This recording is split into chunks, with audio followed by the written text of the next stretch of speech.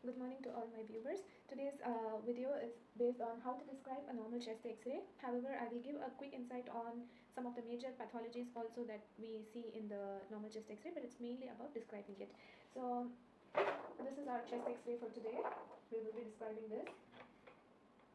Okay, so the first thing you need to do once you see a chest x-ray is given to you and you're asked to describe is first to identify it as a chest x-ray. So you need to tell that the given radiograph is a chest x-ray of you need to describe about the patient particulars first, as the given chest x-ray belongs to a 20-year-old female who was presented to either OPD or the outpatient department with the given presenting complaints as whatever the complaints the patient came with. For example, if it is a cardiovascular system problem, then usually patients come with shortness of breath, chest tightness, palpitations.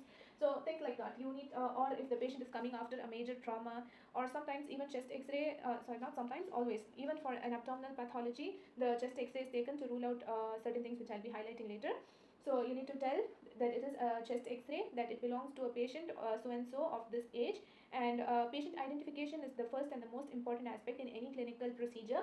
So when you see a chest X-ray, you need to tell that it belongs to this person with the IC number, because it is very important to make sure that the radiograph belongs to the right person you're describing about, as it plays a role in management. So apart from telling that from the clinical notes, this small box over here, usually every chest x-ray or any radiograph usually has this thing. In this, there is mentioned as the name of the patient is mentioned, the identification number, either the passport number or the IC number is mentioned. Apart from that, the date of the radiograph being taken plus the time also is documented here.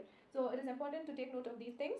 And then the next thing we need to do is comment about the view of the x-ray itself. So this particular chest x-ray is of PA view. So PA view means posterior anterior view. Actually, the AP view or PA view is important not just because of the position of the patient, because it depends, the organs appear of different sizes in different things, and we need to be able to identify that without it being mentioned here, because in this it is mentioned, but when it is given in a viva or in an examination or OSCE examination, usually they won't mention it, and you need to identify it with certain features which I mentioned in the given picture. For example, by looking at the clavicles, whether it is in the lung view or whether in the lung field or not. Usually in the PA view, it is actually in the superior aspect of the lung field, but in the AP view, it is more towards inside the lung field itself.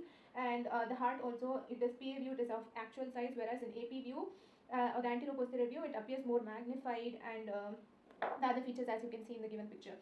So after identifying whether it is AP or PA view, we need to tell about the position in which the X-ray was taken. So this one is PA erect. Erect means the patient was either standing or like in an erect position, the chest was erect.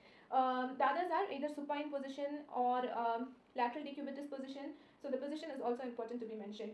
So regarding the PA and the AP view, we can understand better when we know mainly about the principle of the X-ray itself. So as we know, the X-ray is produced when high voltage when a high voltage source produces the accelerated electrons, and when this beam of electrons goes and hits the metal target, X-rays are produced. So these X-rays are passed through the body of the patient, and then the opposite side, the X-ray is passed from one side of the body. The opposite side, there is a film in which it casts the shadow. The X-ray actually can pass through all, solid, liquid, gas, it can pass through all, and it casts shadows of different colors. Okay, so once it is appearing on the film, we usually watch the film, and it is like as a radiographic film, we can use it as X-ray film. So in PA or AP is depending upon from which direction the X-ray is passed. For PA view or posterior anterior view, the X-rays are passed from the posterior aspect of the patient, and the film is placed anteriorly and casts the shadow in the front. Whereas on the other hand, for anterior posterior view, the X-rays are passed anteriorly from the anterior aspect of the patient, and the film is kept posteriorly, and it casts the shadow which is behind the patient. So apart from this, after knowing the principle of the X-ray and the views, we even need to know, as in a normal radiograph, what are the colors of the objects, what are the color of the organs. Okay, for example, we can recognize the pathologies only if we know the normal stuff. So after this, after describing the PA and after describing the view and whether it is erect, supine or lateral decubitus, we need to tell about the exposure. So for a normal chest X-ray, we describe as this is a normal chest X-ray with adequate exposure. So what does the exposure mean? So exposure itself means whether the body was enough exposed to the X-rays itself to cast a proper shadow or not. So what are the abnormal conditions if it is not adequately exposed? So it can be either hyperexposed,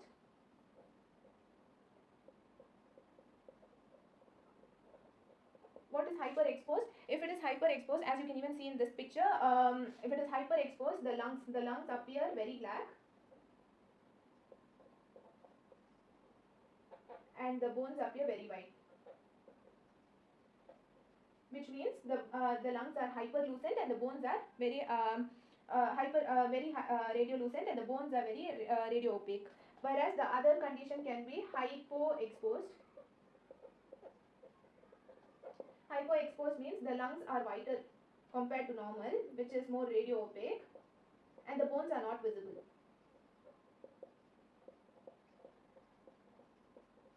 So in normal itself, the lungs are supposed to be more radiolucent, whereas the bones are supposed to be radio opaque. Now, if the lungs itself are whiter, then the bones are not visible. That is like a logic, you know.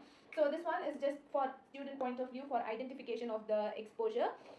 In this particular X-ray, since it's a normal radiograph, it is adequately from the top come in a stepwise and systematic manner in order not to miss anything. So first thing we look at is trachea. So trachea, since it's a normal radiograph, it is central. So first thing we need to tell is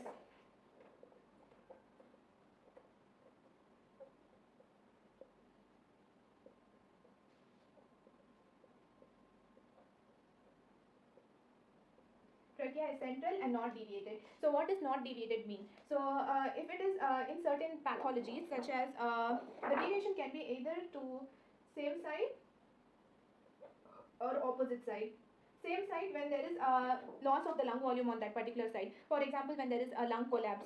Okay, for example, when there is a lung collapse, as you can even see in this picture where the lung has completely collapsed and you cannot even see the particular lung. Opposite side, when the trachea is deviated to the opposite side of the pathology, that especially occurs when that particular side has increase in the volume, something that is causing increase in the volume of that particular side of the lung. For example, when there is a massive pleural effusion, the trachea can be deviated to the opposite side, or when there is a tumor or especially a space occupying lesion, you can tell. So when there is a massive tumor, it can cause the trachea to deviate to the opposite side, or when there is a hyperinflated lung such as in a pneumothorax. As we even see in this particular diagram given, particular picture, you can see that it is that side particular lung is very expanded, and you can see it is even hyperlucent, and I don't trachea is not very clear in that, but normally when it is a massive pneumothorax, the trachea is deviated to the opposite side. So after describing the trachea, the next thing we come to is the heart. The normal ratio of the heart is measured by cardiothoracic ratio. So what is cardiothoracic ratio? It's the ratio of the whole thorax to the heart itself. So usually the normal cardiothoracic ratio must be less than 50%.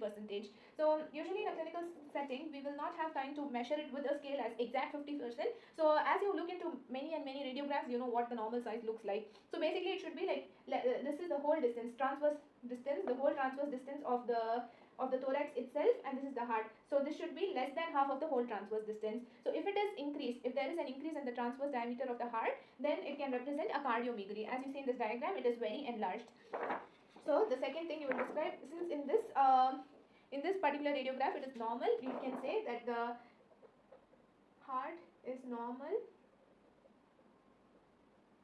in transverse diameter.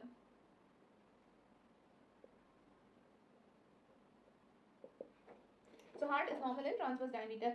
So okay, the next thing we look at is the bilateral lung fields. So lung fields is the lung itself. So in this particular chest radiograph, the bilateral lung fields are clear. So okay, this is a normal chest radiograph, whereas the other possibilities can be like there can be either fluid in the lungs. When there is a massive pleural effusion, you can see the fluid in the lungs. So that will be appearing as white in color, as you can even see in the picture. It will even cause the blunting of the costophrenic angle, the fluid in the lungs. The blunting of we will talk about what the costophrenic angle is soon. So other things can be if there is a metastatic carcinoma, it can be seen as cannonball lesions. You can see in the picture it is very significantly seen as how the cannonball lesions look like. Even the other feature of carcinoma can be lymph node metastasis. So the lymph nodes can get consolidated and engorged, and it can also be seen in this picture. And apart from that, you can even look for pneumothorax. When there is a pneumothorax, the lung appears very hyperinflated and hyperlucent, and the size of the lung as well as the lucency of the lung compared to the other lung is much higher. Then apart from that, you can even look for a lobar pneumonia. When there is a consolidation of one particular lobe of the lung, it can represent a lobar pneumonia. But in this particular radiograph, since it's all normal, you can say the bilateral lung fields are clear. we need to tell that both the domes of the diaphragm are elevated, because in cases of hyperinflated lungs, either in a pneumothorax or can be like in a pleural effusion or even in COPD, the diaphragm, when diaphragm can become flattened, it won't look elevated, it won't be dome shaped anymore, it will be flattened. As you even see in this picture, it becomes more flattened and the costophrenic angle is also lost. Then the fifth thing is we need to even comment about the free gas shadow.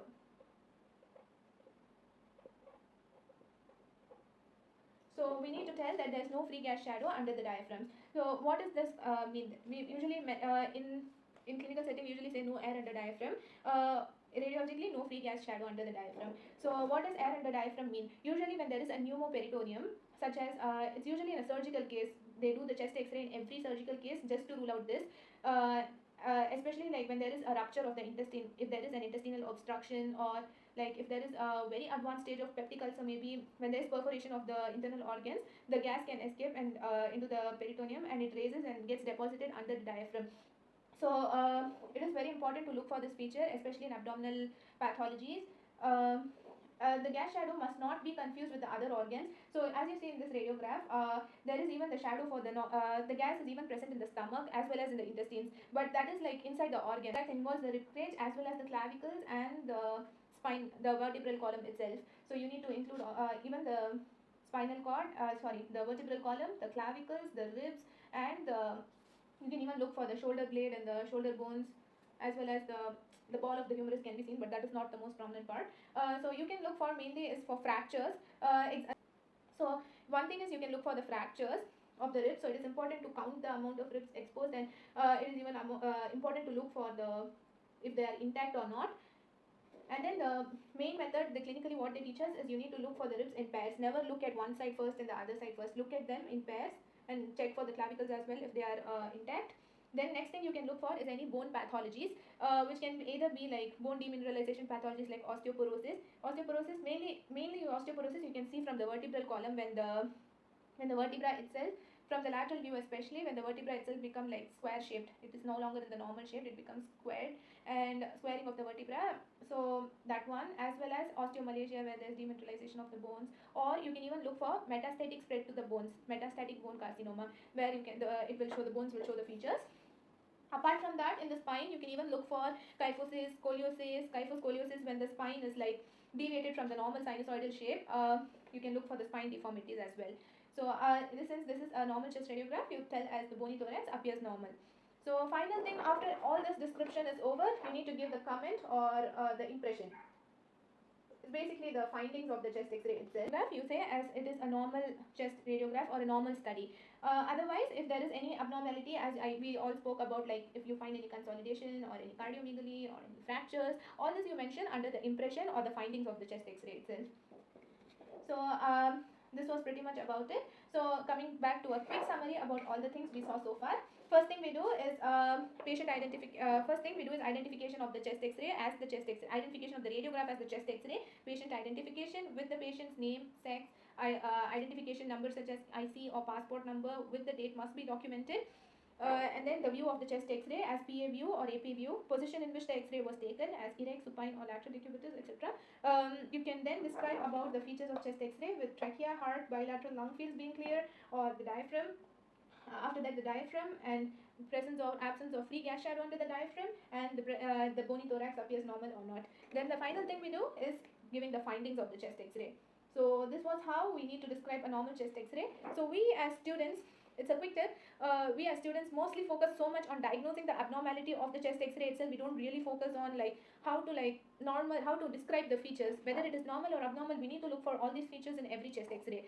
So it's important to come stepwise approach, especially because even in exam point of view, more than the diagnosis itself, the description does carry marks. So it is important to learn to diagnose as well as describe. And even apart from the exam point of view, you must know this is stepwise or systematic approach to a chest X-ray, because when you look at a chest X-ray in a clinical setting, you might a normal person. It is important to look for all these features to rule out the presence or possibility of any abnormalities. So this was it. I hope it helped you all. Thank you so much.